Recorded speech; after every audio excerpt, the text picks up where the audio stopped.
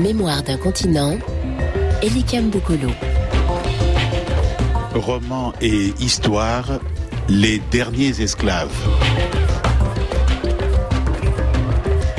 L'esclavage des Africains, voilà un vieux sujet, un sujet difficile, un sujet encore actuel et un sujet toujours controversé.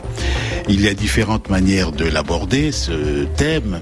Nous disposons de mémoires, les mémoires d'esclaves, les mémoires de maîtres d'esclaves et les mémoires des capitaines négriers. Il y a aussi l'histoire des historiens, une histoire dont on se rend compte que les historiens ne sont absolument pas d'accord entre eux, même dans le cas des États-Unis, pour savoir si la condition des esclaves a été très mauvaise ou plutôt moyennement mauvaise et les conséquences actuelles. Il y a aussi de plus en plus, on le voit aux États-Unis même, dans certains États comme la Californie et dans quelques pays d'Europe, le recours à la justice, notamment dans le problème des réparations, le recours à la justice et aux tribunaux pour, en quelque sorte, dédommager les descendants justement des personnes qui ont été victimes de l'esclavage. Et ce thème, on le trouve dans le livre dont nous allons parler aujourd'hui. Et il y a enfin la littérature. Toutes sortes de textes qui relèvent de la littérature, les poèmes, le théâtre, mais aussi le roman. Le roman, un genre peu usité en France et dans les pays francophones, alors qu'aux États-Unis, au contraire, c'est un genre qui fait recette depuis le livre justement célèbre de Harriet Beecher Stowe, La case de l'oncle Tom, livre que beaucoup considèrent comme la goutte d'eau qui a fait connaître à tout le monde le problème de l'esclavage et qui a conduit à la guerre de sécession. Alors justement, le roman, les États-Unis, c'est l'objet de notre entretien d'aujourd'hui, grâce à un livre dont nous recevons l'auteur, Dieudonné Moufankolo Mundel. Bonjour. Bonjour professeur. Ce livre s'appelle Les derniers esclaves, roman, livre que vous venez de publier aux éditions L'Harmattan. Vous rejoignez un courant assez ancien, mais peu représenté déjà dans les langues françaises et encore moins sur le continent africain. Donc un roman qui en outre évoque l'esclavage dans le cadre des États-Unis, avant l'esclavage, pendant et après.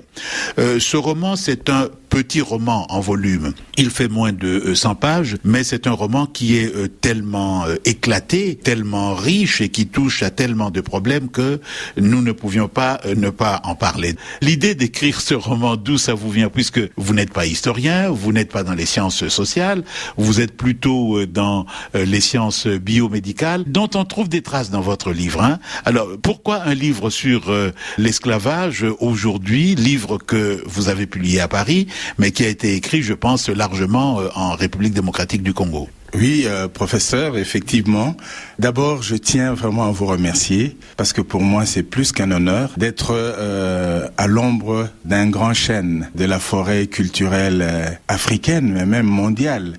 Personnellement, ce livre m'a été inspiré quand j'ai fait un voyage aux États-Unis et que j'ai senti que dans la communauté noire américaine, que ce problème d'esclavage est encore les marque et les touche énormément, étant donné que c'est un problème africain aussi, parce que leur origine est africaine. Pour moi, c'est comme si je retrouvais des cousins et j'ai été très ému par ce problème et j'ai eu l'inspiration d'écrire ce livre pour essayer de donner un sens à ce courant d'esclavage. Alors il y a les astuces, disons les recettes de cuisine. Hein. Vous, les vôtres, c'est de l'histoire parce que c'est un livre qui parcourt une durée extrêmement longue. Vous commencez le livre au moment où l'esclavage est encore actif aux États-Unis, où la traite est encore pratiquée, mais où on commence déjà à discuter du problème de l'esclavage. Ce qui nous met peut-être dans les années 1840 ou quelque chose comme ça. En tout cas, c'est avant la guerre de sécession, et vous prenez comme personnage central pas un négociant, pas un banquier, pas un armateur, mais vous prenez un pasteur baptiste. Alors ce choix, pourquoi? Ces choix, je pense qu'il fallait montrer que, comme vous dites, il y avait un clivage. Je commence le roman au moment où il y a un clivage nord-sud aux États-Unis, où le nord est abolitionniste et le sud est esclavagiste.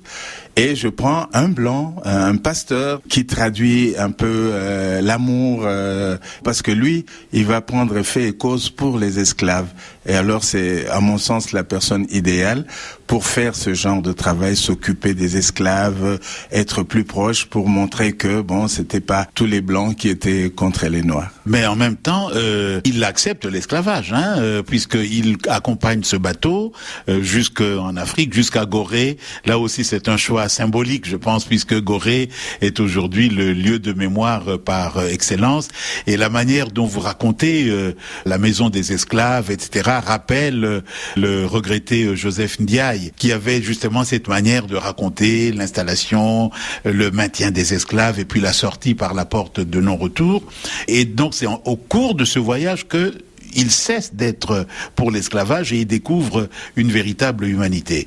Donc il va en Afrique, ils prennent des esclaves et au retour ça commence à mal tourner. D'abord il y a un orage très violent. Oui, il y a cet orage très violent, mais je précise tout de suite qu'il est contre l'esclavage déjà en Amérique, parce que il est de Maryland, du Nord, et qu'ils sont abolitionnistes. Et que précisément il fait ce voyage, justement, selon lui, pour prendre soin des esclaves et réunir des éléments d'un dossier qu'il va confier au Congrès pour qu'on puisse abolir.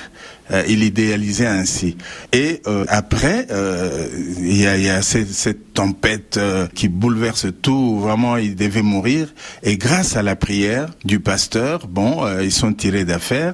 Juste après, il y a cette épidémie qui éclate dans une des cales du bateau et qui va contraindre le capitaine, contre son gré, vraiment à abandonner le pasteur et un petit groupe d'esclaves sur une île perdue de l'océan Atlantique.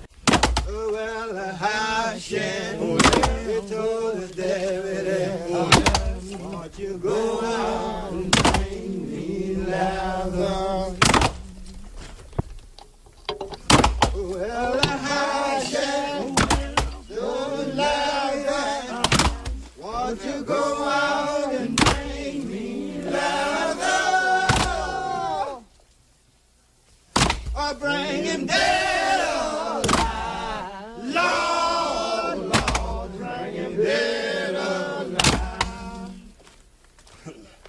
Oh, well, the Debbie, it all I feel I ain't gonna mess with leather. Oh, well, the Debbie, he told her how she says I ain't gonna mess with leather. Well, he's a dangerous man. Lord, Lord, he's a dangerous man. Dieudonné Moufankolo Mundel, oui. Nous sommes avec vous pour parler de votre roman Les Derniers Esclaves. Nous en étions au moment où, parti de Gorée finalement sans histoire, après une tempête orageuse dont finalement ils s'en sont sortis, la maladie oblige le capitaine à les laisser tomber, à les abandonner dans une île où on pensait qu'ils allaient purement et simplement se perdre. Alors là, je trouve que lorsqu'on arrive dans l'île, vous changez d'écriture. C'est-à-dire, on était dans une narration classique. Lorsqu'on arrive dans l'île, nous entrons dans deux registres différents. D'une part, le registre des récits de voyage, donc des bateaux qui se perdent en mer, et il y a des récits de voyage, dont l'île au trésor, avec Robinson Crusoe, est un bon exemple. Mais je crois que c'est pas ça votre modèle, parce que l'île est aussi le lieu où beaucoup de penseurs ont inscrit des phénomène d'utopie. D'ailleurs, Utopie de Thomas More est une île au départ. Et est-ce que c'est ça? Parce que il va se passer beaucoup de choses dans cette île. On peut interpréter ça de plusieurs manières. Ça peut être le cœur de quelqu'un, où on s'est réfugié.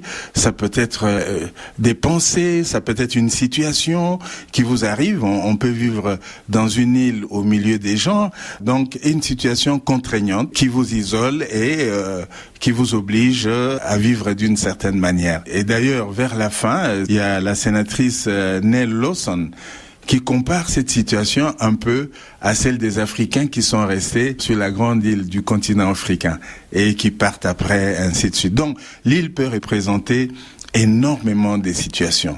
Dans cette île, nous avons le pasteur David Hightower et vous expliquez, je crois que le choix des chiffres n'est pas totalement innocent, qu'il y a 3 hommes et 3 femmes. Donc au départ, on peut dire il y a un équilibre presque parfait, 3 hommes noirs, 3 femmes noires. Donc le pasteur est en quelque sorte automatiquement un peu à l'extérieur de cette relation obligée. Mais finalement, il va naître une communauté, pas?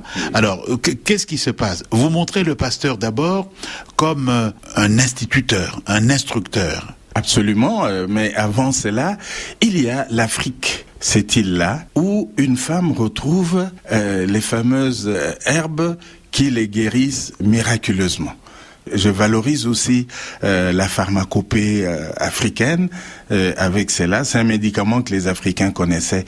Et puis effectivement, il y a un peu comme un colonisateur, ce pasteur qui leur apprend l'anglais, qui leur apprend les rudiments des sciences. Et finalement, les Africains qui se comprenaient pas très bien entre eux, grâce à cela, arrivent aussi à se comprendre. C'est un peu un microcosme, ce qui s'est passé aussi sur le continent africain. Et ce qui s'est passé aussi en Amérique, où ces esclaves venus du Sénégal, du Golfe de Guinée, du Congo, ont commencé à se mélanger en parlant anglais et en enrichissant la langue anglaise de mots africains. Alors il y a des mariages, il y a des enfants, dont un enfant, une fille, Awanai. Dites-nous un peu, c'est une jumelle, enfin assez spéciale, parce qu'on va la retrouver plus tard dans l'histoire. Awanai, c'est vraiment un personnage avec le pasteur, des personnages clés de l'île, qui vient combler le déséquilibre initial que vous avez constaté, qui vient même intégrer le pasteur, même s'il avait déjà beaucoup fait pour eux, mais il était entièrement à part et non pas à part entière dans la communauté. Et c'est grâce au mariage avec Awanai, avec un caractère un peu particulier par rapport aux jeunes de son âge, c'est le mariage avec cette Awanai qui est une jumelle, et l'autre jumeau est mort à la naissance, et elle finalement devient la femme du pasteur David Hightower et devient Awanai Hightower. Alors une question quand même, il y a beaucoup de religions dans votre livre, on voit cette espèce d'équilibre, 3 hommes, 3 femmes, une jumelle dont le frère décède, donc on revient à une sorte d'équilibre, 4 femmes, 4 hommes, et cette Hawa parle beaucoup de paradis. On a en quelque sorte une sorte de microcosme paradisiaque dans cette île, et justement, comme elle est intelligente, espiègle, forte tête, mais très intelligente, elle va poser à ce pasteur la question fondamentale. Que s'est-il passé au paradis entre Adam et Ève, et qu'est-ce que c'est que cette pomme qu'ils ont consommée? C'est une fille qui est très éveillée, qui, par rapport au pasteur, qui leur raconte cette histoire de la pomme, mais après, elle se dit, mais si c'était une pomme, mais pourquoi Dieu n'a pas demandé qu'on plante des pommiers pour lui rendre ses pommes, et au contraire, il va punir les naissances et tout. Alors, on comprend quand il se marie après, parce qu'elle lui dit, tiens, j'ai trouvé le fruit. Alors, le pasteur dit, ouais, mais c'est quoi et tout. Alors, elle lui dit, cette nuit, nous avons mangé ce fruit. Donc, pour elle, ça avait rapport avec ça. Ça, c'est pour, ça engage Awanai. On a là une communauté, si on peut dire ainsi. Les enfants naissent, des petits-enfants, le groupe s'élargit, il y a toute une économie qui se met en place, et vous faites bien de montrer que, est-ce que les Africains déportés aux Amériques ont ont transporté seulement leur force de travail physique, ou est-ce qu'ils ont transporté autre chose? Donc vous montrez qu'ils ont transporté des savoirs, notamment ces savoirs médicinaux, mais en même temps tout ce qui est chasse, élevage, etc. Mais vous expliquez aussi qu'ils sont en train de devenir américains, puisqu'ils parlent anglais, ils sont baptistes, et on a même l'impression que le modèle social et politique, et c'est en fait américain. Américain, absolument, parce que c'était une intégration de l'Africain dans la société américaine. Le mimétisme, même en restant sur le continent africain, nous l'avons subi nous-mêmes. Tout cela, je traduis dans cette petite communauté qui effectivement n'est plus tout à fait africaine et n'est pas encore américaine, elle est à cheval, mais qui finalement va s'intégrer dans cette grande nation américaine à la fin. Comme dans toutes les utopies, le temps passe sans qu'on s'en rende compte. Et en fait, les gens ont beaucoup vieilli. Et David Hightower, avant de mourir, leur laisse une prophétie fameuse. Il dit, je vous cite, « Je sais qu'un jour on vous retrouvera, et si on vous demande qui vous êtes, dites simplement, nous sommes des esclaves américains. Ainsi, on vous amènera vivre en Amérique. » Après la mort donc de David Hightower, ils sont retrouvés par la marine américaine. Alors, on peut imaginer que, avec tout ce que vous dites, le radar, tout ça, que nous sommes après la Deuxième Guerre mondiale. Donc, il s'est passé à peu près un siècle.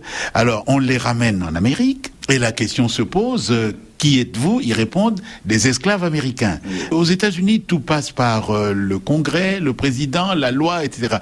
Qu'est-ce qui se passe? Ce sont des pages très drôles et en même temps très pathétiques que vous évoquez. Il y a d'abord le Pentagone, à qui l'amiral fait rapport. Ils se disent non, c'est pas une situation de guerre, il faut envoyer ça à la présidence.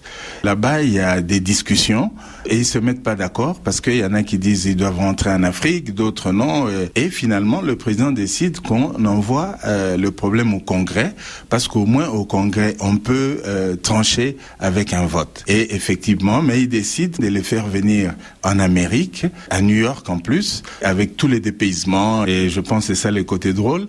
Et il y a ce débat au niveau du Congrès où il y a un groupe qui dit mais non, d'abord ils sont ni esclaves ni américains, donc c'est vide. Et puis il y a les autres qui disent mais non, ils ont bel et bien quitté l'Afrique comme leurs ancêtres, comme esclaves. Et puis ça évolue. Après on requalifie et c'est ça le titre. On dit non, en fait c'est les derniers esclaves. C'est comme si c'était ces mêmes esclaves qui ont pris du retard pour arriver par rapport aux autres. Ils sont arrivés les derniers. Mais après l'abolition de l'esclavage. Et c'était là tout le problème. Et finalement, il y a les descendants de David Hightower. Eux, au moins, on peut pas leur nier. Alors, comment laisser les autres faire deux poids, deux mesures? Et finalement, on dit, les derniers esclaves doivent bénéficier des mêmes avantages que les premiers esclaves. Dans ce livre, Dieudonné Moufankolo-Mondel, la dédicace à tous mes amis américains, spécialement ceux d'origine africaine. Est-ce que ce livre s'adresse seulement aux Africains américains ou aussi aux Africains? C'est à tout le monde.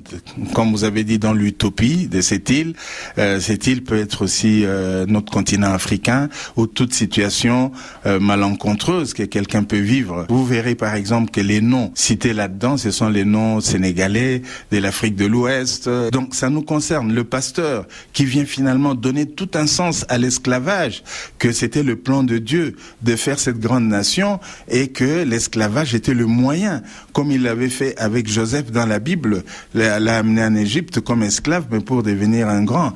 Et nous le voyons d'ailleurs aujourd'hui, que les États-Unis, c'est un noir qui est là à la tête.